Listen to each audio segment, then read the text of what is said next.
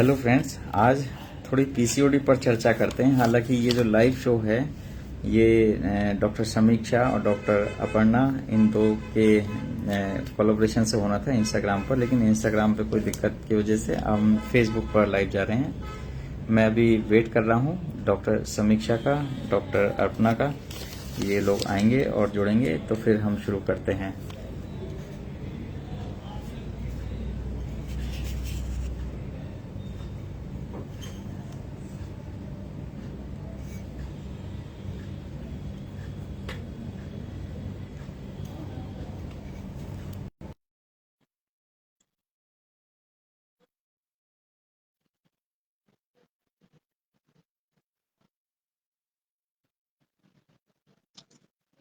Hello doctor Aparna,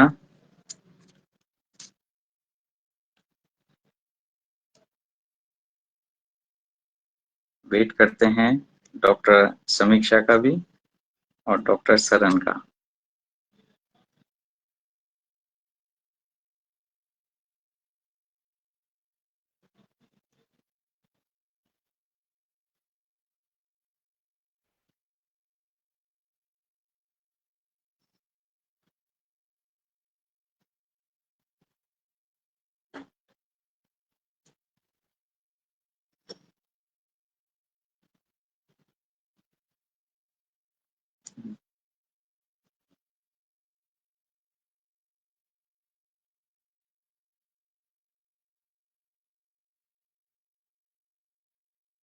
doctor Aparna, मैंने already accept कर लिया है। ऑलरेडी एक्सेप्टेड हैं आप।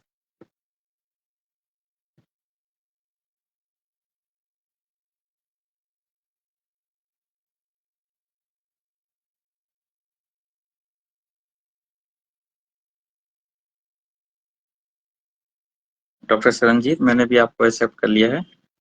और आप अभी तक रिक्वेस्ट आपकी एक्सेप्ट हुई है कि नहीं, मुझे प्लीज एक बार लिख करके बताइए।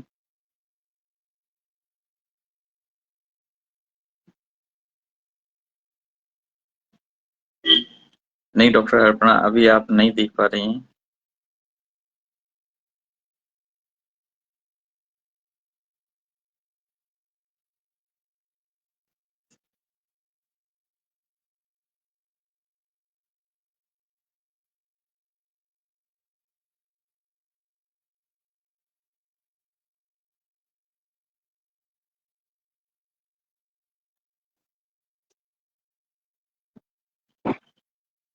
Hello sir. हेलो। हाँ जी,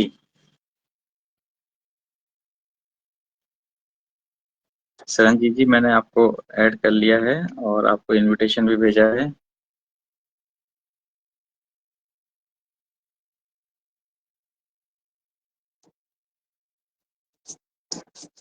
डॉक्टर अपर्णा, आप अभी भी विजिबल नहीं है। अपना कैमरा एक बार चेक कर लीजिए। जी सर, बट मुझे आप नजर नहीं आ रहे हैं सर। अच्छा, ऐसा हाँ, भी मैं है। खुद को देख पा रही हूँ, बट आप मुझे नजर नहीं आ रहे हैं। मैं भी खुद को देख पा रहा हूँ और आप नजर नहीं आ रहे हैं, ऐसा है।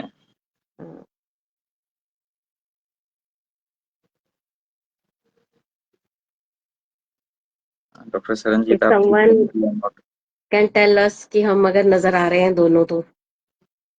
हाँ डॉक्टर सरनजीत, आप बताओ। आपने लिखा है वी आर नॉट विजिबल, तो अब मुझे लगता है कि दोनों लोग ही नजर नहीं आ रहे होंगे। हम्म। डॉक्टर समीक्षा का आंसर आ गया कि मैं और आप विजिबल हैं उनको, वो दोनों विजिबल नहीं है, सरन भी नहीं है। ठीक है डॉक्टर समीक्षा, मैंने आपको एक बार फिर से रिक्वेस्ट भेजी है।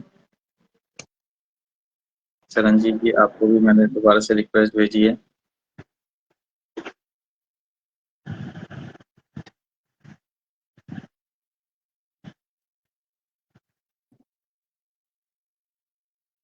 डॉक्टर सरनजीत, आपने लिखा है यू आर बोथ विजिबल, मतलब मैं और डॉक्टर अपर्णा दोनों, डॉक्टर अभी अपर्णा किसी और ने भी ज्वाइन करा है। जी। मैं आवाज आएगी? हाँ जी, डॉक्टर मुझे आपकी समीक्षा। आवाज आ रही है। हाँ, मैंने ज्वाइन कर लिया मुझे, लेकिन आप दोनों भी दिख नहीं रहे हो। अब मेरे को अपनी दिख रही है। हाँ नहीं, समीक्षा आप नजर आ रहे हो सरन को। ओके, अब अच्छा, सरन रह ओके, गई हैं। ठीक है, ओके। क्योंकि पहले आप दोनों नजर आ रहे थे, डॉक्टर दीपक एंड आप। हम्म, मैंने ज्वाइन हो गया बेटा। या तो हम थोड़ा स्टार्ट करते हैं, तब तक शायद डॉक्टर सरन जी ज्वाइन कर लेंगे। हाँ जी, बिल्कुल ठीक है, बिल्कुल हाँ जी। जी डॉक्टर। चलिए स्टार्ट करते हैं। हाँ जी। Good evening, everyone, and a very warm welcome to today's special session. It's an absolute honor to introduce a globally respected name in a world of homeopathic, Professor Dr. Deepak Sharma. He is BHMS, MD, and PhD scholar. He is a celebrated homeopathic physician, international speaker, and director of Orbit Clinics, a visionary leader, founder of Homeopathy World Community USA, and a key figure in a multiple national and international organizations. Dr. Sharma is known for blending clinical brilliance. Today, are privileged to have him guide us through a topic of immense importance, that is PCOD and homeopathy, healing beyond hormones.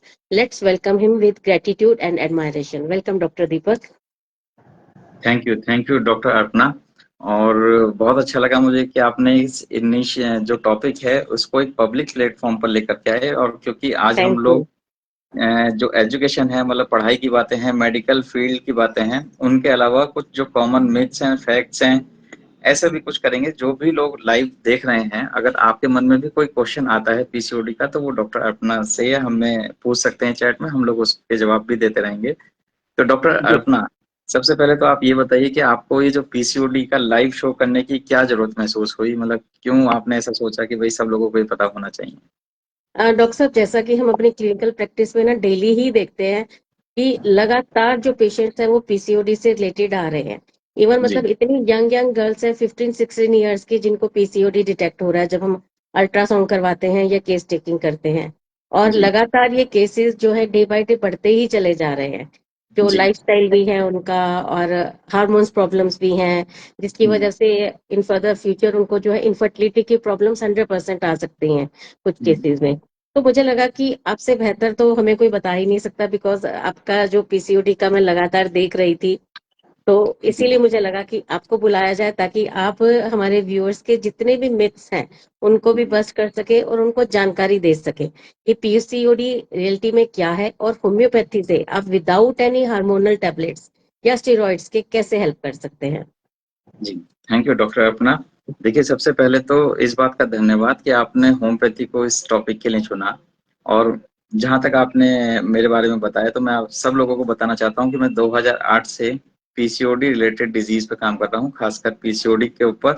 और बहुत सारे ऐसे काम हैं जो हमने research project में भी लिए हैं, हमने बहुत सारे आर्टिकल्स भी पब्लिश करे हैं इस रिगार्डिंग। बहुत सारी अवेयरनेस भी हमने की है पीसीओडी के रिगार्डिंग, क्योंकि इस समय पीसीओडी को लेकर के बहुत सारे मिथ्स हैं जो एक फीमेल के दिमाग में रहते हैं। तो जी। पहले शुरुआत करते हैं इस टॉपिक पर। ये जानने की कोशिश करते हैं कि आखिर पीसीओडी है क्या, क्योंकि बहुत सारे लोग तो ऐसे होंगे जो अभी भी इस टर्म से कुछ कंफ्यूज हो रहे होंगे या उनको नहीं पता होगा। तो देखिए, पीसीओडी बेसिकली एक ओवरी की बीमारी है, जो फीमेल्स के रिप्रोडक्टिव सिस्टम का एक छोटा सा ऑर्गन है। ये लगभग 2 बाई 3 सेंटीमीटर की एक ओवरी होती है, जिसके अंदर से एक अंडा निकलता है, और हर महीने एक ओवरी से एक अंडा निकलता है, और एक मेंस्ट्रुएशन साइकिल जो फीमेल की है वो कंप्लीट होती है। होता क्या है कि जब भी कभी ओवरी से ये अंडा नहीं निकले, तो क्या होता है कि वहां पर बहुत सारे अंडे जो हैं वो पेरिफेरी में उसके जमा होने लग जाते हैं, और एक पैटर्न बनाते हैं पेरिफेरल में अंडों का अरेंजमेंट का, जिसको हम बोलते हैं पीसीओडी। इसकी फुल फॉर्म है पॉलीसिस्टिक ओवेरियन डिजीज। पॉलीसिस्टिक मतलब, जैसा कि मैंने बताया, कि एक अंडा जो नहीं निकल पाया वो एक सिस्ट बना देता है, और ऐसे बहुत सारे सिस्ट जो हैं वो ओवरी में अरेंज होने लग जाते हैं। और जब बहुत सारे सिस्ट बन जाते हैं, तो उसको हम पॉलीसिस्टिक, मतलब बहुत सारी सिस्टिक अपीयरेंस ओवरीज में होना, इसको हम पीसीओडी बोलते हैं। जो पीसीओडी है वो एक अब थोड़ी पुरानी टर्म हो गई है। पीसीओडी का मतलब होता था कि ये एक ओवरी की डिजीज है, और ये सिर्फ ओवरी तक सीमित है। लेकिन अब से 10 साल 12 साल पहले ही इसको हम अब बोलने लगे हैं, वो है पीसीओएस। पीसीओएस का मतलब है पॉलीसिस्टिक ओवेरियन सिंड्रोम। तो बहुत सारे लोग ये कंफ्यूज होते हैं कि पीसीओडी है या पीसीओएस है। तो अब पीसीओडी जो है वो बेसिकली एक पुरानी टर्म हो गई है। अब क्योंकि ये सिंड्रोम में आ गया है, मतलब सिंड्रोम का मतलब होता है कि बहुत सारी बीमारियां मिलकर के एक सिंड्रोम बनाती हैं और बहुत सारे सिम्टम मिलकर के एक डिजीज बनाते हैं। तो डिजीज और सिंड्रोम में ये फर्क होता है। तो ये मैं सबको ये बताना चाह रहा हूँ, और ये बिल्कुल हम इसमें कोई बहुत बड़ी मेडिकल टर्मिनोलॉजी यूज नहीं कर रहा हूँ। सिंपल इसी समझना है। डिजीज का मतलब होता है ग्रुप ऑफ सिम्टम्स, सिंड्रोम का मतलब होता है ग्रुप ऑफ डिजीजेज। तो अब पीसीओडी की बजाय इसको पीसीओएस कहा जाने लगा। अब ये मानने लगे हैं कि जो पीसीओडी हो रहा है वो सिर्फ एक ओवरी की बीमारी नहीं है, उसमें थायराइड भी इन्वॉल्व हो सकता है, उसमें ब्रेन भी इन्वॉल्व हो सकता है, उसमें यूट्रस से निकले हुए कुछ हार्मोन्स या कुछ केमिकल्स भी जिम्मेदार हो सकते हैं। तो बहुत सारे ऑर्गन्स को मिलकर के एक ओवरी जो है वो अपना फंक्शन करती है। तो ये बेसिकली बात है कि जो पीसीओडी पे कंफ्यूजन है, तो पीसीओडी की सबसे मेन समस्या जो है वो है इरेगुलर मेंस्ट्रुएशन का होना।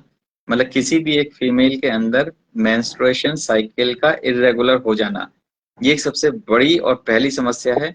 हाँ, जब ये समस्या आने लगती है तो बहुत सारे कॉम्प्लिकेशंस देती है।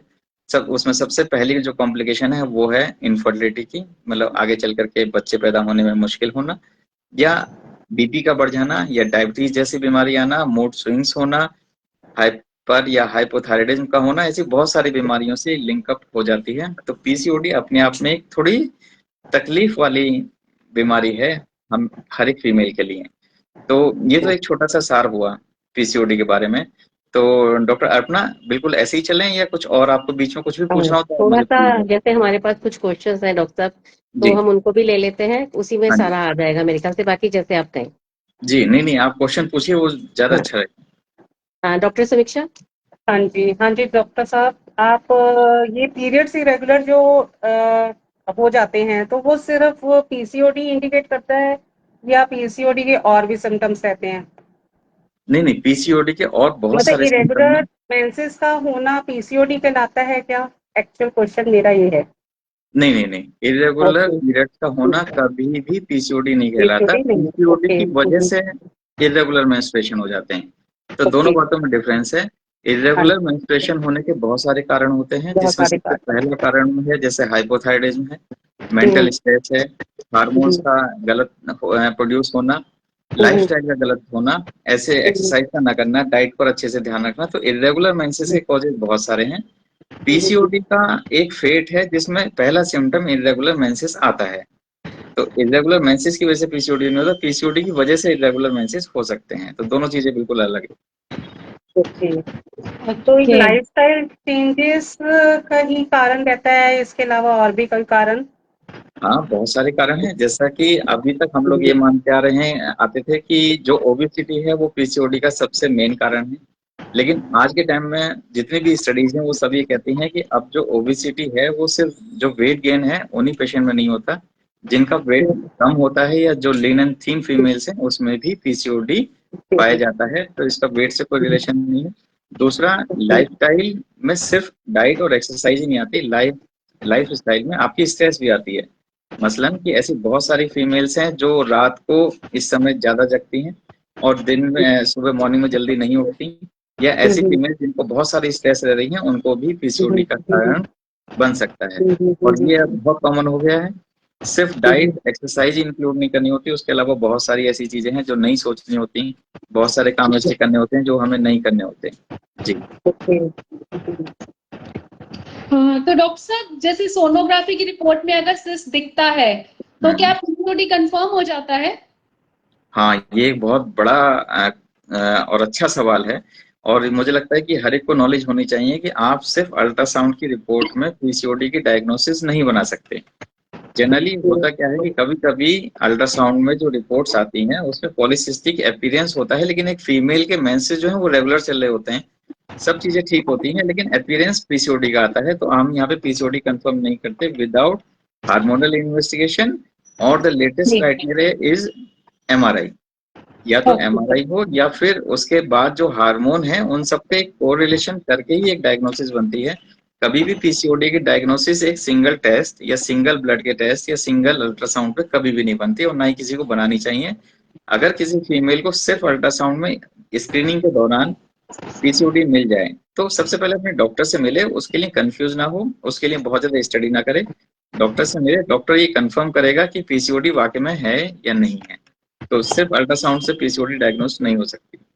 ओके जी ओके। तो वेट का तो आपने जैसे बता दिया कि थिन फीमेल्स में भी हो रहा है जी। और ओवरवेट में भी हो रहा है, तो ओवरवेट पेशेंट्स में क्यों ज्यादा, मतलब ज्यादा तो हमें ओवरवेट में ही मिलता है, but what is the reason for that? देखिए, ज्यादातर जो ओवरवेट के पेशेंट होते हैं वो हमेशा इंसुलिन रेजिस्टेंस हो जाते हैं, जिसमें क्या होता है, इसमें एक फैक्टर मैं ये भी इन्वॉल्व करना चाहूंगा कि कुछ फीमेल्स में जेनेटिक पैटर्न होता है जिसकी वजह से पीसीओडी होती है। जहां तक Okay. आपने वेट की बात करी, तो वेट में होता क्या है कि बहुत सारी फीमेल जो एक्सरसाइजेज नहीं करती हैं उनकी बॉडी इंसुलिन रेजिस्टेंस की तरफ चली जाती है। इंसुलिन रेजिस्टेंस का मतलब है कि उनकी जो अंदर शुगर है वो बहुत अच्छे से मेटाबोलाइज नहीं हो पाती, जिसकी वजह से पीसीओडी जैसी बीमारियां हो जाती हैं। इसमें सिर्फ पीसीओडी नहीं, इसमें डायबिटीज भी आती है, इसमें हाइपरटेंशन भी आता है। तो ओबिसिटी अपने आप में एक बहुत सारी बीमारियों का घर है। तो इसीलिए सब लोग कहते हैं कि अगर आप ओबिसिटी की तरफ जा रहे हैं तो आपको ऑलरेडी बहुत सारी बीमारियां हो सकती हैं। पीसीओडी भी हो सकती है, आपको डायबिटीज भी हो सकती है, आपको हाइपरटेंशन भी हो सकता है। वेट पर एक सबसे मेन सवाल, मेरे पास ज्यादातर अब जो फीमेल आने लगी हैं वो बहुत अच्छी एक्सरसाइज भी करती हैं, उनका वेट भी स्टेबल है। कुछ फीमेल्स ऐसी भी हैं जो स्पोर्ट्स में हैं, मतलब वो स्पोर्ट्स एक्टिविटी के दौरान बहुत अच्छी एक्सरसाइज भी करती हैं, लेकिन उसके बाद भी उनको पीसीओडी आ रहा है। तो ये जरूरी नहीं कि आपको वेट की वजह से ही पीसीओडी होगा। हमारे पास ऐसी भी एक फीमेल है जिनका वेट जो है वो 120 केजी है और उनको पीसीओडी नहीं है। डॉक्टर ओके भी, हाँ, उनका भी हमने अल्ट्रासाउंड देखा जो बिल्कुल परफेक्टली नॉर्मल है, उनका साइकिल नॉर्मल है, उनके जो अपीयरेंस है ओवरीज की वो बिल्कुल परफेक्ट है, और उन्होंने कंसीव भी किया। तो ये कोई भी ऐसी कोई फिक्स डायग्नोसिस नहीं बनाते कभी भी, या तो सिर्फ एक अल्ट्रासाउंड को लेकर के हार्मोन चेकअप भी होने चाहिए। सिर्फ एक वेट ही क्राइटेरिया नहीं कि अगर पेशेंट जो है वो ओबीस हुई और उसको पीसीओडी होगी, ऐसा कोई जरूरी नहीं है बिल्कुल भी। ओके। हाँ जी जी डॉक्टर सोनी।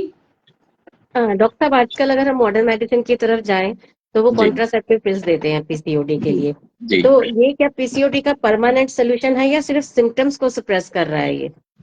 देखिए डॉक्टर साहब, जहाँ तक कॉन्ट्रासेप्टिव पिल्स के बारे में बात है, तो क्योंकि मैंने कभी उसकी पढ़ाई नहीं करी है, ना मुझे उसकी फार्माकोलॉजी मालूम, लेकिन हाँ मैं ये जानता हूँ कि जो कॉन्ट्रासेप्टिव पिल्स होती हैं वो एक टेम्परेरी इलाज है।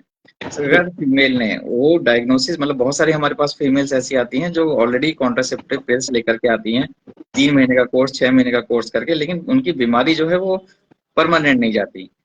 ये भी हो सकता है कि जो डॉक्टर इनको कॉन्ट्रासेप्टिव पिल देती हैं वो उनको एडवाइस करती होंगी कि आप एक्सरसाइज करो, डाइट फॉलो करो, लेकिन जनरली पेशेंट नहीं करता है, तो वो चाहे कोई सी भी मेडिसिन की स्ट्रीम में जाएगा, अगर वो अपनी लाइफस्टाइल को, अपनी डाइट को ठीक नहीं रखेगा, तो किसी भी पैथी में जाकर के वो बीमारी को पूरी तरह से ठीक नहीं कर पाता। मतलब अगर आप सिर्फ, मैं क्योंकि एक होम्योपैथिक फिजिशियन हूँ, हम सब लोग एक होम्योपैथ हैं, तो हम ये कहें कि पीसीओडी को हम सिर्फ होम्योपैथी से, या हम सिर्फ एक्सरसाइज करा करके, या हम सिर्फ उसकी काउंसलिंग करके ठीक करें, तो ऐसा थोड़ा सा आज के टाइम में मुश्किल हो गया है।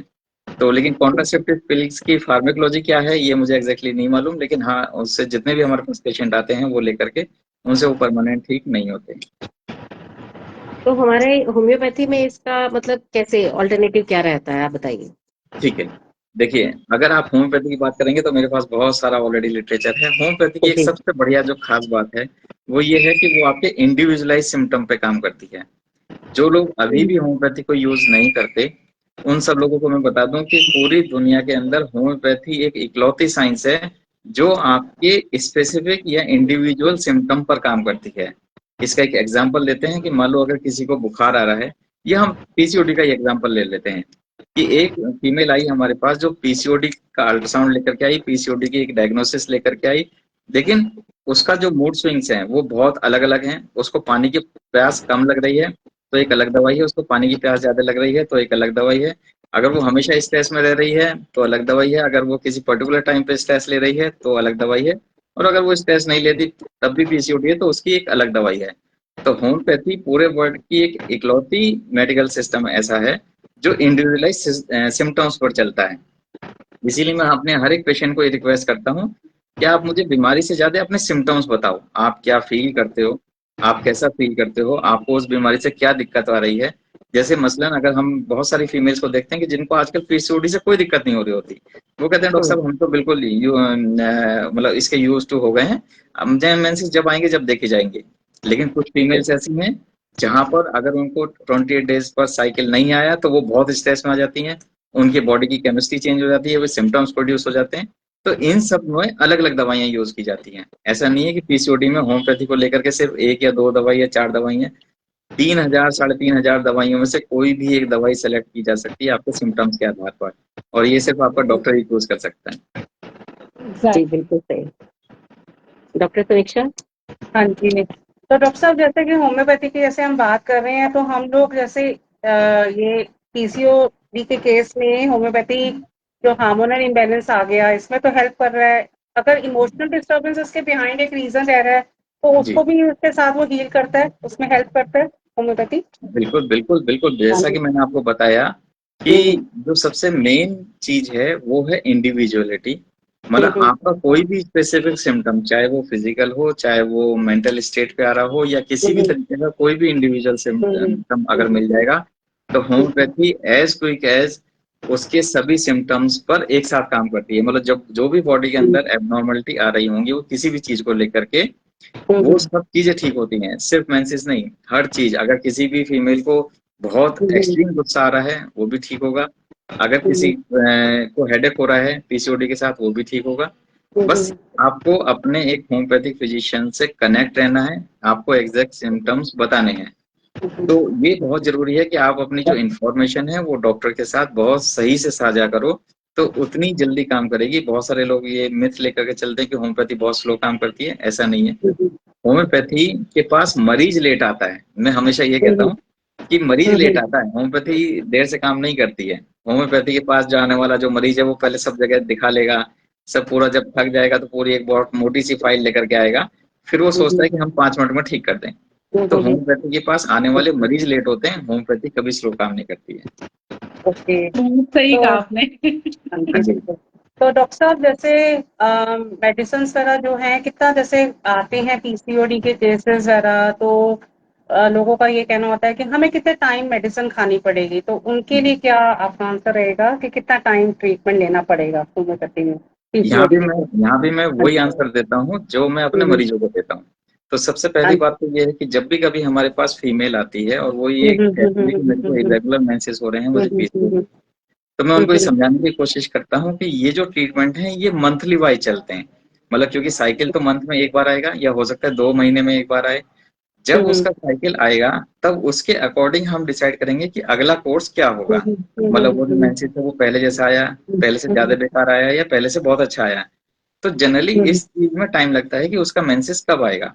क्योंकि जैसे एग्जांपल लेते हैं कि अगर किसी को बुखार है, तो हम बुखार के अंदर तो मेडिसिन 24 आवर के अंदर चेंज कर सकते हैं कि आज आपका बुखार ठीक नहीं हुआ तो कल हम दवाई चेंज कर सकते हैं।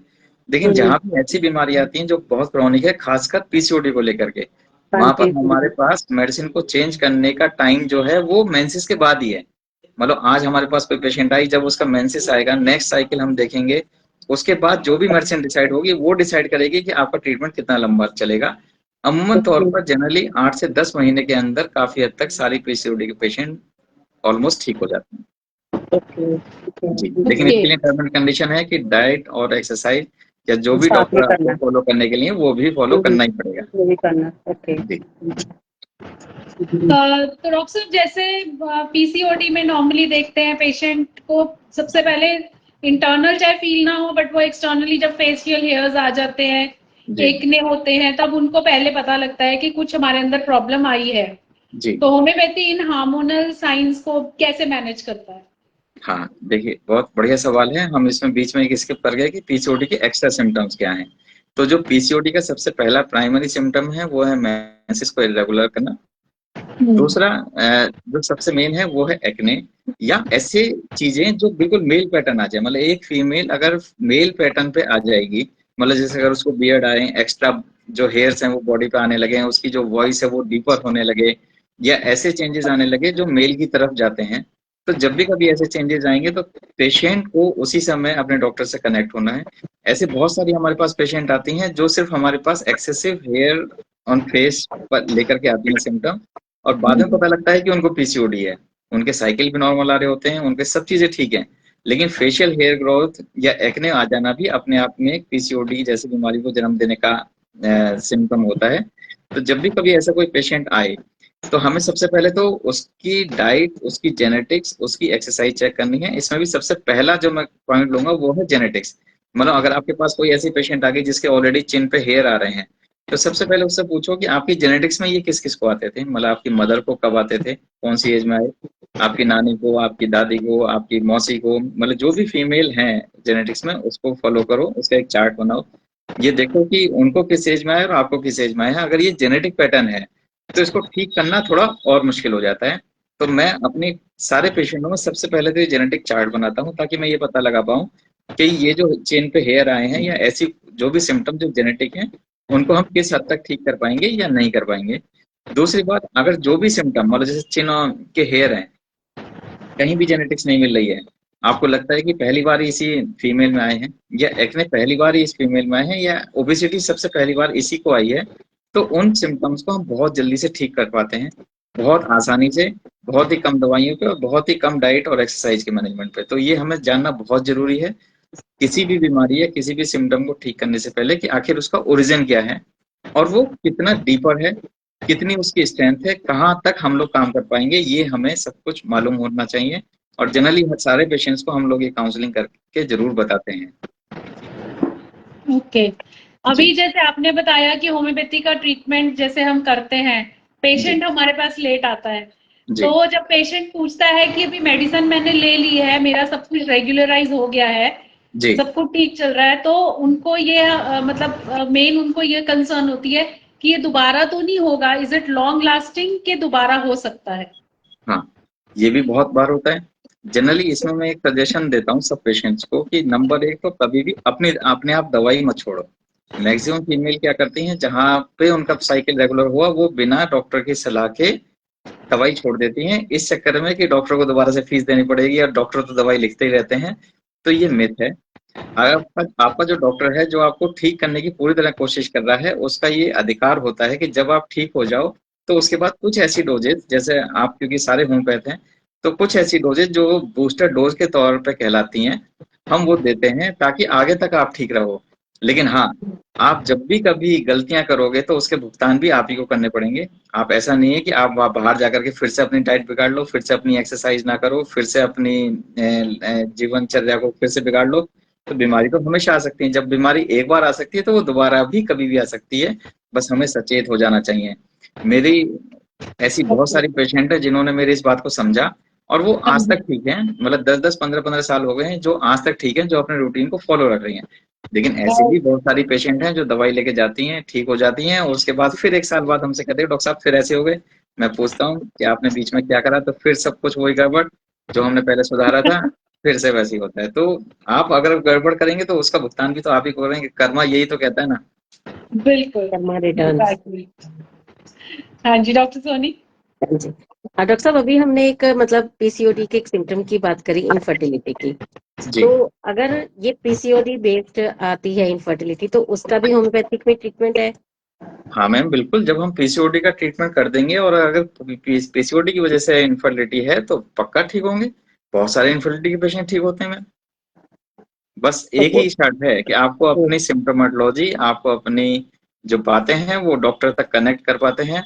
मुझे सिर्फ एक ही बात मालूम है कि होम्योपैथी से अगर कोई मरीज ठीक नहीं होता तो उसके सिर्फ दो ही वजह हैं। या तो पेशेंट डॉक्टर को कुछ बता नहीं पा रहा, या डॉक्टर उसको समझ नहीं पा रहा। इसके अलावा होम्योपैथी में तीसरा कोई कारण ही नहीं है कि वो ठीक ना हो। जी, बिल्कुल सही कह रहे हैं आप। तो उसमें आपका अप्रोच क्या रहता है? मैम जनरली मैंने बताया कि जब भी कभी हम लोग अप्रोच करते हैं तो सबसे पहले अप्रोच के अलग अलग क्राइटेरिया नहीं होते। अप्रोच, क्योंकि होम्योपैथी की जो अप्रोच है वो एक ही है, वो है इंडिविजुअलाइज मेडिसिन। इंडिविजुअली। उसको चाहे आप शॉर्ट केस टेकिंग में लो, आप उसको चाहे लॉन्ग केस टेकिंग में लो, या किसी भी तरीके से आप इंडिविजुअलाइज मेडिसिन पे पहुंच गए तो बस आप ठीक कर पाओगे। अगर आप इंडिविजुअलाइज मेडिसिन पर नहीं पहुंचे तो हो सकता है कि आप पेशेंट को सिम्टोमेटिक रिलीफ दे पाओ, क्योर थोड़ा मुश्किल हो।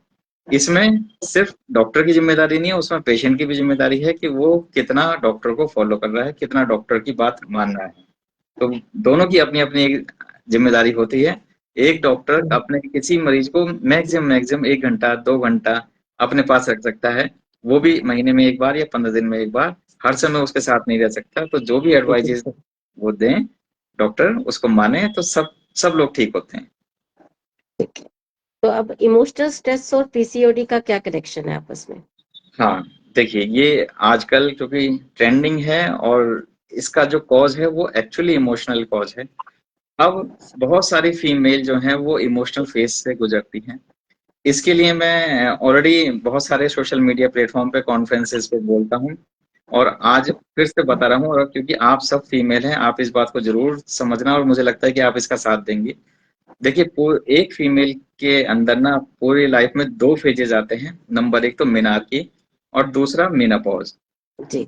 दोनों ही फेजेस में किसी भी फीमेल की, मतलब हमारे समाज के अंदर ज्यादातर फीमेल्स की जो मदर हैं इसकी काउंसलिंग नहीं करती कि जब मीनार हो रही होती है तो फीमेल को ये सिखाया जाए, बच्चियों को ये सिखाया जाए कि आपको डाइट कैसे फॉलो करनी है, आपको मेंसेस क्यों आ रहे हैं, आपके मेंसेस क्यों जरूरी हैं, आपको कैसी एक्सरसाइज करनी है, आपको कैसे रहना है, आपके मूड स्विंग्स होंगे तो आपको कैसे मैनेज करना है। नंबर एक तो मीनार्की पे मैंने बताया कि मदर्स जो है सपोर्ट नहीं करती, और मीनापॉज के दौरान एक फीमेल का पार्टनर उसको नहीं समझता। वहां भी मूड स्विंग्स हो रहे होते हैं, वहां भी बहुत सारी चेंजेस आ रहे होते हैं। तो ये जो फीमेल के दो मेन फेजेस हैं इस पे काम करना बहुत जरूरी है। हमारे समाज को ये समझना चाहिए कि किसी भी फीमेल को अगर ठीक रखना है तो ये दो फेजेस बहुत जरूरी हैं। ज्यादातर जब भी मैंने पीसीओडी के कारण निकाले तो हमने मीनारकी पे या टीनेजर पे जाकर के निकाले जहाँ पे उनको कुछ मेंटल सप्रेशन होता है। मतलब सिर्फ एक छोटा सा एक केस बता देता हूँ, वो भी वर्बली, मतलब इसमें हम कुछ शो नहीं कर रहे हैं। लेकिन एक फीमेल को जब वो मेंस्ट्रुएशन साइकिल आया तो वो स्कूल में थी, उसको इसके बारे में ना तो मदर ने बताया ना उसके फ्रेंड्स ने बताया, उसको ब्लीडिंग हुई। उसके बाद वो इतना शॉक्ड हुई, इतना शॉक्ड हुई, और उसने ईश्वर से प्रेयर की कि डॉक्टर मुझे कभी ये बीमारी मत देना, क्योंकि उसने वो बीमारी समझ ली। उसको कोई काउंसलिंग नहीं थी, और आप यकीन नहीं मानेंगे उसको ठीक करने में हमें 3 साल लगे। जैसे ही हम इस सिम्टम पे गए, क्योंकि ये डॉक्टर और कोई बात सुन नहीं रहे थे, लेकिन होम्योपैथी ने इस बात को समझा, होम्योपैथी ने इसकी दवाई निकाली, होम्योपैथी ने इसको दवाई दी। हमें 3 साल लगे लेकिन उसके साइकिल नॉर्मल हो गए और आज उनके 2 बच्चे भी हैं। तो ऐसी ऐसी शॉक में ऐसे ऐसे मेंटल इमोशनल ट्रॉमा भी पीसीओडी जैसी बीमारी को जन्म देते हैं। उस फीमेल को जब हमने ओपन अप किया, हमने पूछा कि आपने ये बात किस किस को बताई, तो उसने ये एक्सेप्ट किया कि मैंने अपनी मम्मी के सामने कहा था कि ईश्वर मुझे दोबारा ये बीमारी ना दे। इसके अलावा उसने किसी को नहीं बताया, ना इसकी कोई एक्सप्लेनेशन उसकी माँ ने दी कि बेटा ऐसा नहीं कर रहे हैं, ये नॉर्मल है। तो हमारी मदर्स को, हमारी फीमेल मदर्स को ये चाहिए कि जब भी कभी अपनी बच्चियों को मीनारकी में पाएं तो उसका फुल सपोर्ट करें, उसको डाइट के बारे में सिखाएं, उसको काउंसलिंग के बारे में सिखाएं। ना तो माँ सिखाती, ना ही कोई टीचर जो है वो मीनारकी के दौरान ध्यान रखती, और ऐसी सेम मेनोपॉज में ना तो बच्चे समझ रहे होते हैं और ना ही उसका जो कपल जो स्पाउस है वो समझ रहा होता है। तो दो फेजेस बहुत जरूरी हैं। तो इमोशनल स्ट्रेस अपने आप में बहुत बड़ी बीमारियों के कारण है। बिल्कुल सही कह रहे हैं बिल्कुल सही। डॉक्टर समीक्षा। हाँ जी। हाँ डॉक्टर साहब, जैसे जो फीमेल्स पीसीओडी के ट्रीटमेंट के लिए होम्योपैथी में आती हैं और वो बोलती हैं कि हम साइड बाय साइड जैसे हार्मोनल पिल्स भी ले रहे हैं, तो आप उसके लिए क्या एडवाइस करते हो कि वो स्टॉप कर दिया जाए होम्योपैथी ट्रीटमेंट के साथ या कंटिन्यू करने के लिए बोलते हो? ठीक है, देखिए नंबर एक तो जब भी कभी हमारे पास कोई मरीज आता है हम्म, तो वो पहले ही बहुत सारे एक्सपेरिमेंट, बहुत सारी बातों को लेकर के आता है। मैक्सिमम फीमेल्स या मैक्सिमम जो इस टाइप की बीमारी के पेशेंट्स होते हैं वो बहुत सारे अपने ऊपर एक्सपेरिमेंट कर चुके होते हैं। तो सबसे पहले तो उनको ये समझाना होता है कि आप ये एक्सपेरिमेंटिंग बंद करो। आप किसी एक चीज से ठीक नहीं हो सकते, आप कोलैबोरेशन से ठीक हो सकते हो। और अगर आपको लगता है कि कोई ऐसी चीज है जिससे कोई नुकसान नहीं हो सकता, जैसे जब आप सब लोगों को मालूम होगा कि अभी कोविड आया था, तो कोविड में सब लोगों ने हल्दी खानी शुरू करी कि इम्यूनिटी बढ़ जाए। तो हल्दी तो पहले भी बहुत बढ़िया थी, हल्दी आज भी बढ़िया है, वो इम्यूनिटी हमेशा डेवलप करती है। तो हल्दी बुरी नहीं थी, लेकिन हमें बस उसके बारे में पता नहीं था। ठीक है, तो आंवला हो गया या कोई भी ऐसी चीज हो गई जो हमारी बॉडी के लिए हेल्दी है, आप उसको कर सकते हो। बस मेडिकेशन का ध्यान रखना है कि कोई भी मेडिकेशन ना हो। बाकी आपको लगता है कि मेरे को आंवला खाने से बहुत अच्छा लग रहा है, आप आंवला खा लो। आपको कोई भी ऐसी नेचुरल चीज है जो अच्छा लग रहा है वो आप खाते रहो। जनरली होम्योपैथी के बारे में एक ये भी मिथ है कि बहुत सारे मसाले बंद करने पड़ते हैं, दही बंद करनी पड़ती है, या कोई स्पाइसी चीज ना हो। जनरली स्टडीज के दौरान ये सब अब मिथ पाए गए हैं। हाँ, कुछ ऐसी मेडिसिन हैं जिनके अंदर कुछ स्पेसिफिक परहेज होते हैं। जैसे मैं एक नामक की दवाई है, जिस दिन वो देता हूँ, जिस दिन देता हूँ, उस दिन उसको नमक खाने के लिए थोड़ा मना करता हूँ। जिस पूजा देता हूँ तो उस दिन थोड़ा चाय पीने के लिए मना करता हूँ। मतलब जब आप किसी मेडिसिन की कोई स्पेसिफिक डोज दें, ये होम्योपैथी डिसाइड करता है, उस दिन आप थोड़ा परहेज रख सकते हैं। वरना तो अगर आपको लगता है कि आंवला से मेरे को ठीक है तो आप आंवला खाओ, आपको लगता है कि मेरे को आंवला से थोड़ा दिक्कत हो रही है, एसिडिटी बन रही है या मेरा वेट गेन हो रहा है, आप आंवला मत खाओ। तो सीधे सीधे बात है कि आप अपने डॉक्टर की सुनो, अपने आप एक्सपेरिमेंट में मत करो बिल्कुल भी। Okay. हाँ जी, डॉक्टर सोनी या डॉक्टर सरन, आपका कोई सवाल? हाँ जी। सर, जैसे आपने बताया लाइफस्टाइल चेंजेस होने चाहिए, जैसे हम होम्योपैथी ट्रीटमेंट ऑलरेडी दे रहे हैं पेशेंट्स को, तो उनको हम क्या क्या एडवाइस करें? उनकी स्लीप, उनकी डाइट, फिजिकल एक्टिविटी, क्या कुछ उनको गाइड करें कि आपको ये सब करना है?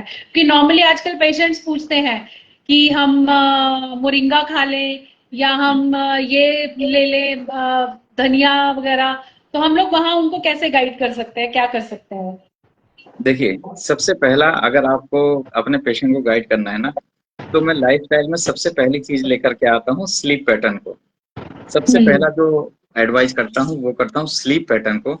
आप लोगों को क्योंकि सब डॉक्टर से आपको एक हकीकत बात पता होगी कि हमारे अंदर, चाहे वो मेल हो चाहे फीमेल हो, कुछ ऐसे हार्मोन होते हैं जो सुबह 4 बजे से लेकर 6 बजे तक ही रिलीज होते हैं, या है ना? हाँ जिसको जी। हम लोग पूर्वज, हमारे जितने भी पूर्वज थे वो सब ये कहते थे कि ब्रह्म मुहूर्त में उठो, मतलब सुबह आप जल्दी उठो। लेकिन वो इसको एक्सप्लेन नहीं कर पाए कि वो क्यों उठो। जब भी कभी पीसीओडी का मरीज या जब भी कभी डायबिटीज का कोई मरीज या जब भी कभी हाइपरटेंशन का मरीज आता है तो मुझसे सबसे पहला क्वेश्चन यही करता हूँ कि आप उठते कितने बजे हो। जो भी ऐसे पेशेंट हैं जो सुबह 8 बजे के बाद उठ रही हैं, तो आप उनको बिल्कुल डायरेक्ट मना कर सकते हो कि आप ठीक नहीं होगे। ओके। मैं बिल्कुल डायरेक्ट मना कर देता हूँ। क्यों? क्योंकि जब तक आप अपनी बॉडी के अंदर वो हार्मोन रिलीज कराने की क्षमता ही नहीं रखते तो वो कैसे काम करेंगे? पूरे वर्ल्ड के अंदर, चाहे वो एनिमल हो चाहे वो ह्यूमन बींग्स हो चाहे जो भी हो, ये हार्मोन सुबह 4 बजे से 6 बजे तक ही रिलीज होते हैं। इसीलिए हमारे समाज में इस समय डायबिटीज, पीसीओडी, हाइपरटेंशन, हाइपोथायराइडिज्म इसलिए बढ़ता चला जा रहा है क्योंकि हम उन हार्मोन को रिलीज होने का मौका ही नहीं दे रहे। हम खुद ही 7 बजे, 8 बजे, 9 बजे, मैक्सिमम फीमेल, आप पीसीओडी की किसी भी फीमेल को लेकर के देखना, मैंने लगभग 80% से ज्यादा फीमेल में यही पाया है कि वो सुबह 8 बजे, 9 बजे, 10 बजे उठ रही हैं, अपना ब्रेकफास्ट नहीं कर रहे, अपना लंच नहीं कर रहे, अपना डिनर नहीं कर रहे। तो जब ऐसा कोई पेशेंट आता है तो मैं उसको सबसे पहले यही क्वेरी करता हूँ कि जब आप अपनी बॉडी के लिए कुछ भी नहीं कर रहे तो फिर आपकी बॉडी नॉर्मल बिहेव क्यों करेगी? है ना? Yes, exactly. हाँ, जब हम अपनी बॉडी को ये एबनॉर्मल चीजें दे रहे हैं सारी चीजें, तो बॉडी हमारी नॉर्मल बिहेव क्यों करेगी? मान लो अगर मैं भी रोज 10 समोसे खाऊं या रोज एक समोसा खाने लगूं तो मैं भी ओबेसिटी की तरफ बहुत जल्दी से पहुंच जाऊंगा, मैं भी डायबिटिक हो सकता हूँ, मेरी भी बहुत सारी बीमारियां आ सकती हैं। तो ये हमारा कर्तव्य है कि हम अपनी बॉडी को समझें, अपनी बॉडी के प्रति जागरूक हों, अपनी डाइट के प्रति जागरूक हों, अपने एक्सरसाइज के प्रति जागरूक हों। बिल्कुल, बिल्कुल। तो सर, जैसे अब आजकल ज़्यादातर लोगों की नाइट ड्यूटीज़ होती हैं, जो हमारा वर्क कल्चर है या हमारा स्टडी का भी है कि बच्चे सारा दिन ट्यूशन्स और स्कूल से पढ़ के then they have to do the self study, तो उनकी नींद नहीं पूरी होती, फिर वो कहते हैं कि हमारी नींद नहीं पूरी, हम कैसे सुबह उठे जल्दी, तो फिर हम वहां उनको कैसे हेल्प कर सकते हैं? देखिए, ऐसे जितने भी लोग हैं ना, मैं उन सबको सिर्फ एक्सक्यूजेज ही मानता हूँ। नंबर एक तो वो ईश्वर ने हमें पूरी दुनिया के अंदर सभी लोगों को 24 घंटे दिए हैं, चाहे वो हमारे प्रधानमंत्री जी हों, चाहे हम हों, चाहे कोई एक रिक्शा चलाने वाला हो, किसी को 24 घंटे से ना तो 1 मिनट कम मिला है और ना ही किसी को 1 मिनट ज्यादा मिला है। सबके एडजस्टमेंट इन्हीं 24 घंटे में होने चाहिए। तो आप जब शेड्यूल बनाने चलेंगे तो आप बना लेंगे, लेकिन कोई भी बनाना नहीं चाहता, सब लोग चाहते हैं कि उनकी कन्वेंस के हिसाब से शेड्यूल बने। तो जो लोग नाइट में जॉब करते हैं वो उसको अपना दिन समझे, ओके। है ना? तो वो अपना दिन समझे, वो तो नाइट में वैसे भी सुबह अगर आ रहे हैं और सो रहे हैं तो कोई दिक्कत नहीं।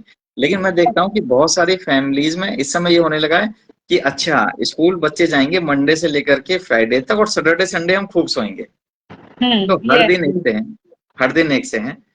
हमारी फैमिलीज में भी ऐसा होता था, लेकिन मैंने सबसे पहले अपने आप को ही करेक्ट करा और कोविड ने हमें बहुत ज्यादा सिखाया। मैंने भी जो सारे करेक्शन है वो सारे कोविड के दौरान ही करे। हमने ये बनाया कि अब संडे मंडे सब सारे दिन एक से हैं, क्योंकि हार्मोन तो सारे दिन रिलीज होंगे ना, हार्मोन कभी भी संडे मंडे को देख करके रिलीज नहीं होते। तो सारे दिन एक से बनाओ, आप रात को जल्दी सो, आप सुबह जल्दी उठ जाओ, सब दिन एक से होने चाहिए, तभी आप ठीक रह पाओगे। खासकर इस केमिकल वर्ल्ड में जहाँ पे ऑलरेडी हम इतना सारा केमिकल, इतनी सारी टेंशन्स, इतनी सारी चीजों में जी रहे हैं, तो हमें अपने आप को ही सुधारना पड़ेगा सबसे पहले। यस, ये बिल्कुल सही बिल्कुल कहा सही आपने। आपने कहा कि हमारे को ना एक जैसे हम कहेंगे कि हमारे पूरी सोलर सिस्टम को देख लो, वो भी एक पैटर्न में चलता है, या एक जी उनका भी एक लिमिट है सब चीजों की, उससे बाहर अगर गए तो देयर विल अ केओस, तो मतलब पूरा सृष्टि खत्म हो जाएगी। तो हमारे को भी हमारे टाइम टेबल के हिसाब से ही चलना चाहिए। यू आर हमें बिल्कुल अपना बिल्कुल। Time exactly table right. Maintain करना चाहिए। हाँ बिल्कुल जी। बिल्कुल। हाँ जी, डॉक्टर सोनी। डॉक्टर साहब, पीसीओडी से जुड़े बहुत सारे मिथ हैं, तो मैं चाहूंगी कि आप उन थोड़े मिथ को आप अपने ज्ञान से बस्ट करें। हाँ बताइए ना, पूछिए। नहीं, आप बताइए कुछ ऐसे मिथ जो आपके पास आके पेशेंट्स पूछते हैं। ठीक है, देखिए, जो मिथ्स हैं सबसे पहले तो ये पूछते हैं कि अगर हमारे मेंसेस इरेगुलर रहे तो क्या हम्म, हम इनफर्टिलिटी का शिकार होंगे, ये जरूरी है कि हमारे बच्चे नहीं होंगे। तो सबसे पहले तो ये मिथ है कि पीसीओडी के जो पेशेंट हैं वो इनफर्टिलिटी के शिकार होंगे, ऐसा जरूरी नहीं है। बहुत सारे पीसीओडी के पेशेंट जो हैं वो इनफर्टिलिटी बहुत आसानी से कंसीव कर लेती हैं बिना किसी दवाई के, कभी कभी तो, ठीक है ना। लेकिन ये डॉक्टर को बताना जरूरी है कि आपको पीसीओडी है और आपके एक्चुअली सिम्टम क्या रहे हैं। दूसरा, एक जो मिथ है वो सबसे मेन मिथ्स में से आता है कि कोई भी फीमेल ये सोचती है कि मैं अपने साइकिल को अपने आप मैनेज कर लूंगी। इसका मैं आपको एग्जांपल बताता हूँ, आप भी शायद इसमें से कहीं ना कहीं गुजरे होंगे। जो ज्यादातर फीमेल्स हैं वो कभी भी, जब भी कभी कोई फंक्शन आएगा, कोई त्योहार आएगा, या कभी भी कोई ऐसी बात होगी जिसके लिए उसको साइकिल स्किप करने पड़ेंगे, वो एक डॉक्टर के पास जाती है, अपने डॉक्टर के पास, उनसे कहती है कि सर मुझे ना 4 दिन के लिए कहीं जाना है, आप 4 दिन की दवाई दे दो ताकि मेरे साइकिल आगे की तरफ स्किप हो जाए।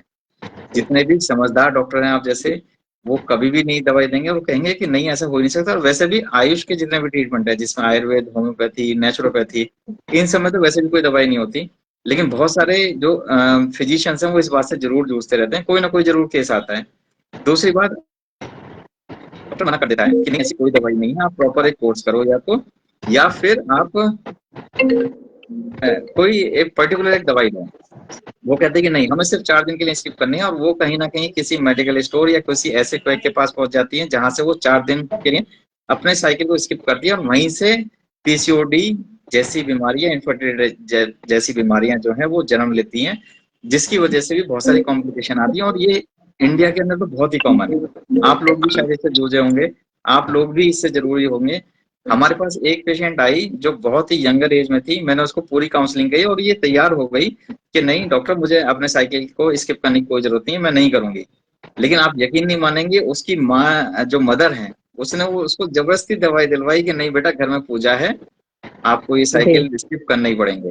तो यस। सबसे पहले तो हर एक फीमेल से रिक्वेस्ट है कि ऐसा बंद करना बंद करो, और आप अपने आप को भी और दूसरों को भी ये सलाह ना दें। तो ये बिल्कुल। बहुत बड़ा मिथ है कि हम साइकिल को स्किप करे बिना हम पूजा नहीं कर सकते, हम कहीं जा नहीं सकते। ये भी अपने आप में एक बहुत बड़ा जो पॉइंट है वो फीमेल्स के अंदर चलता रहता है। डॉक्टर साहब, एक क्वेश्चन है यहाँ पर, जी कि जैसे अभी हमने इनकी बात करी, पीरियड्स डिले करने के लिए मेडिसिन ले लेती हैं फीमेल्स। जी। इसके अलावा कई बार जो है आईपिल का बहुत यूज आजकल बढ़ गया है। मैं चाहूंगी आप उसके बारे में भी एक बार व्यूअर्स को जरूर बताएं। मैम किस चीज का यूज, सॉरी मैम। जैसे इमरजेंसी आईपिल पेन आते हैं लेते ना, थे, ये इमरजेंसी पेन ले लेते हैं जो आईपी। इमरजेंसी पिल्स होती हैं जो। इमरजेंसी पिल्स का ना, हाँ मैं आपको हाँ वही तो जी। बता रहा हूँ, वो सारी कंट्रोल, जितने भी ऐसे पिल्स हैं वो सब ऐसी बीमारी के कारण है। देखिए, हम्म, जो आप ईश्वर के बनाए हुए एक साइकिल के को कभी भी डिस्टर्ब करोगे तो आप हमेशा डिस्टर्ब रहोगे। ये बात बहुत अच्छी तरह से हमें दिमाग में ला देनी चाहिए, और सब लोगों को ये मालूम है कि जब भी कभी हम नेचर के अगेंस्ट जाएंगे तो हमें दिक्कतें आएंगी। और इसीलिए मैं कभी भी ऐसे कोई भी पिल्स या कभी भी एक्सटेंड करने का कभी भी कोई सलाह नहीं देता, किसी भी तरीके का। बिल्कुल बिल्कुल।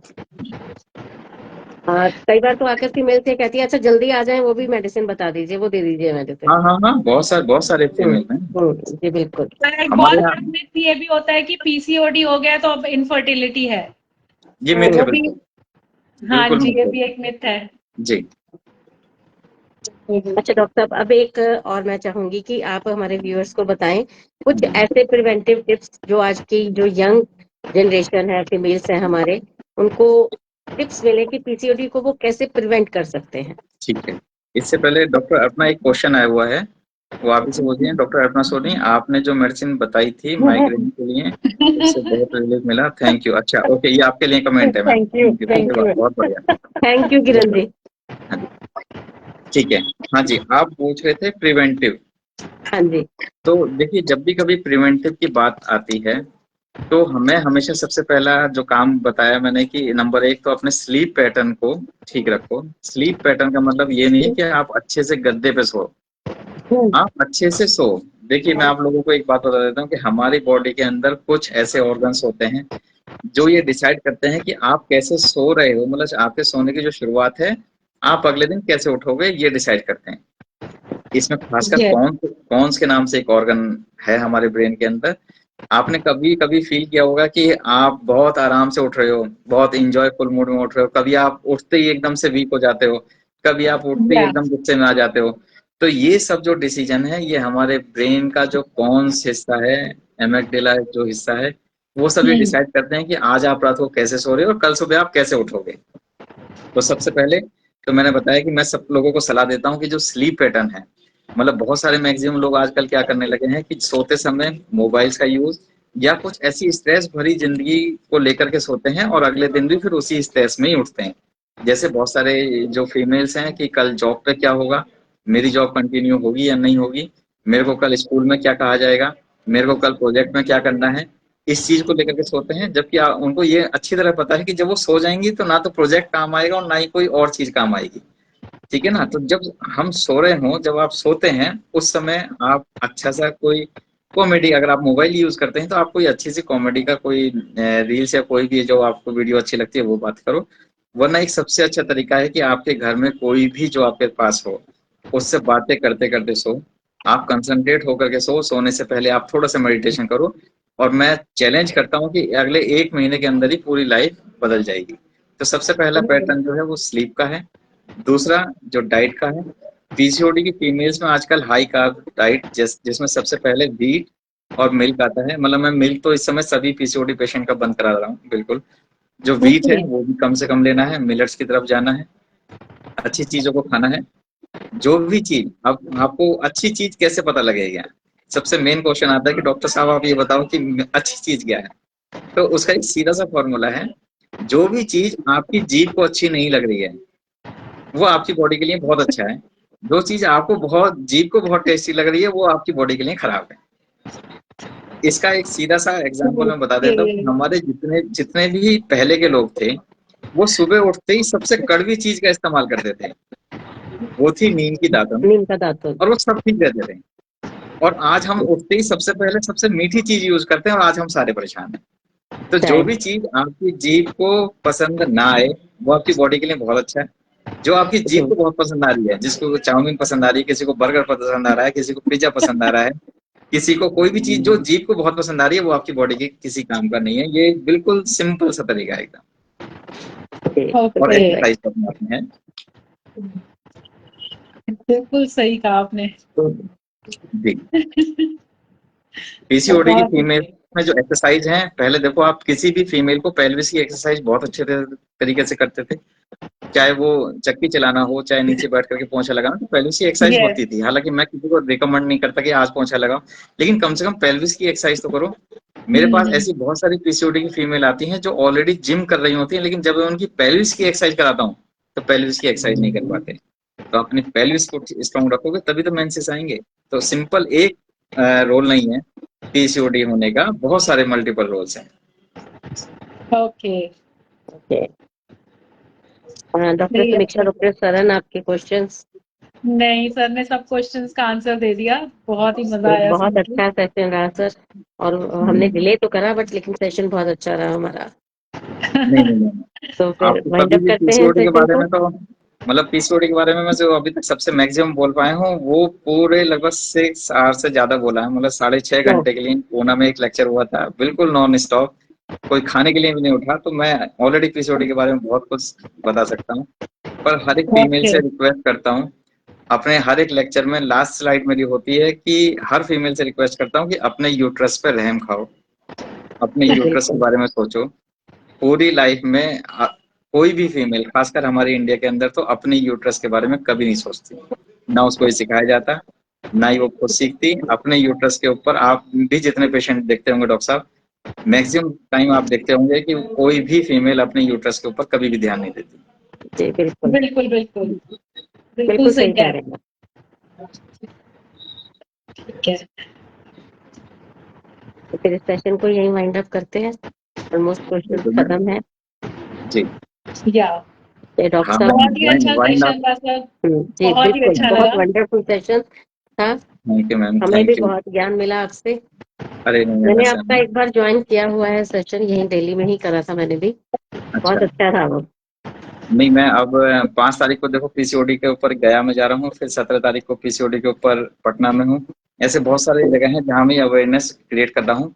मैं होम्योपैथी का प्रचार करने के लिए कहीं भी जा सकता हूँ, और मैं एक अवेयरनेस पे काम करता हूँ कि अवेयरनेस मिले। ये बात जरूर है, मैं कभी भी किसी भी ऑनलाइन मेडिसिन का प्रिस्क्रिप्शन नहीं करता, ना ही मैं किसी को मेडिसिन बताता हूँ, क्योंकि मेडिसिन कोई भी निकल सकती है, किसी भी तरीके की मेडिसिन हो सकती है, कोई भी पोटेंसी हो सकती है। तो बहुत सारे लोग मेरे से ऑनलाइन मेडिसिन पूछते रहते हैं, लेकिन बिना केस देखे मैं जनरली किसी भी डॉक्टर को सलाह नहीं देता कि वो मेडिसिन प्रिस्क्राइब करे। तो ये मेरे से एक बस रिक्वेस्ट है ये सब लोगों से। नहीं डॉक्टर साहब, देखिए ऑनलाइन मेडिसिन में अगर कुछ आता है तो ये भी होता है कि आप विदाउट उसके डॉक्टर के कंसल्टेशन के कोई भी मेडिसिन ना लें। जी बिल्कुल बिल्कुल जी बिल्कुल डॉक्टर साहब, एक बिल्कुल। क्वेश्चन आया है। जी सर, जिन पेशेंट्स की एलोपैथिक मेडिसिन चल रही हो थायराइड की, तो क्या वो कंटिन्यू रखनी चाहिए पीसीडीओ के ट्रीटमेंट के दौरान? ये डॉक्टर देखिए, अभिषेक वर्मा पूछ रहे हैं। ये बहुत बढ़िया है क्वेश्चन है। देखिए, जब भी कभी कोई मेडिसिन ऑन मेडिकेशन आता है, तो उसकी मेडिसिन को ऑल्टर करके छुड़वाया जाता है, ना कि ऐसा नहीं कि आज से शुरू करा और हम कल से सब कुछ बंद कर दो, ऐसा नहीं। ये डॉक्टर को डिसाइड करने दो कि वो कितने दिन तक अपनी मेडिसिन चलाएंगे, उसको कैसे ऑल्टर करेंगे, उसके डोजेस को कैसे ऑल्टर करेंगे। तो ये डॉक्टर को और केस पे डिपेंड करता है कि आखिर कैसे उसको विड्रॉल करना है। बहुत सारी मेडिसिन थायराइड की विड्रॉल हो जाती है। जी जी जी, बिल्कुल। थैंक यू योगेश डॉक्टर शिखा शिखा आपको सम्मल, थैंक यू थैंक बोल यू। रहे हैं। हाँ जी डॉक्टर शिखा सम्मल मेरी बहुत सबसे बढ़िया स्टूडेंट है और जी हल्द्वानी से। थैंक यू डॉक्टर शिखा, आपने ज्वाइन करा। Doctor Abhishek Verma boss, thank you. और किरण जी ने आपके लिए बहुत बढ़िया कमेंट किया है।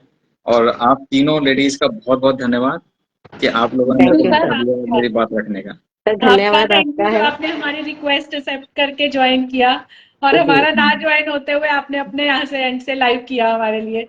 नहीं थैंक्स फॉर नहीं, दैट। थैंक यू सही थैंक बात यू है। Thank you. हम सब एक परिवार है मैम, कोई भी लाइव करे उसमें क्या है ना। बिल्कुल कभी भी बिल्कुल नेक्स्ट भी सेशन रखेंगे तो मुझे बताना जरूर। बिल्कुल या बिल्कुल sure sir. Sir, will be calling you soon. Thank you ma'am. चलिए, thank you so thank you much. Very much sir, thank you. Thank you sir, thanks a lot. Thank you.